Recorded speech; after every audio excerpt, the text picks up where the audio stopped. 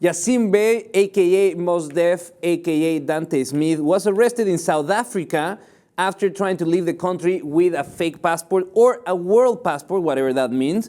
And now he's been ordered to leave the country in less than 14 days, Sasha. He's been living there since 2013 after he renounced his American citizenship in protest of the torture and the violation of human rights that the United States government has incurred in Guantanamo Bay. He's been very vocal about it. He did the waterboarding video and other forms of protest. And now, very naive of him trying to travel outside of the country with this world passport. Well, he entered South Africa on a U.S. passport, and the visa that he had supposedly expired, and so that's when he brought up this, oh, I'm a citizen of the world, I have a world passport, and South Africa is like, we're not going to acknowledge that at all.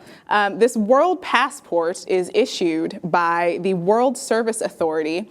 They have a website that you can go to and apply for one of these things. And they say on their site that it's accepted in 184 countries, South Africa not being one of those countries. So he didn't even read the instructions. Probably didn't even read the instructions on the site. And when it comes to what they quote as acceptance, it's, oh, if you used our passport to enter into a country and they stamped it, send us a picture and we'll put it on our website. So legal precedents, some countries have at some point accepted this passport just out of not knowing where it's coming from and not trying to debunk it. But now we see that he's always been very vocal about why he's not living in the United States, why he renounced his citizenship. He says that, you know, the current social political escape in the United States is not conducive to his creative work, that the way he looks at things has gotten him in trouble here. He had that 2014 interview with Beats from Dr. Dre that was the tipping point of his activism. And I really like him. I think he's always been someone that stands with his principles, and the fact that he's willing to renounce his country, his family, his fans, because he's huge in the United States, and yet he cannot even come and tour in this country anymore.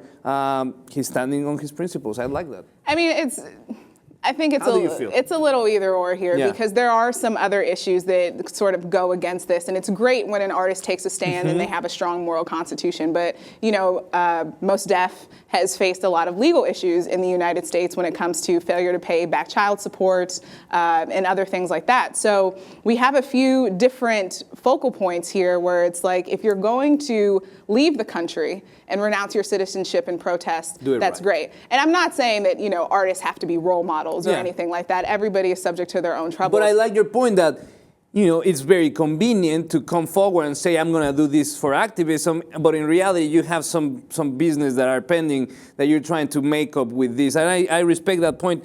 And, you know, trying to fix this, trying to solve the situation that he overstayed a legal visa in South Africa. Now Mos Def has been ordered to leave the country in 14 days for trying to use a world passport, a fake passport for the South African authorities to leave the country.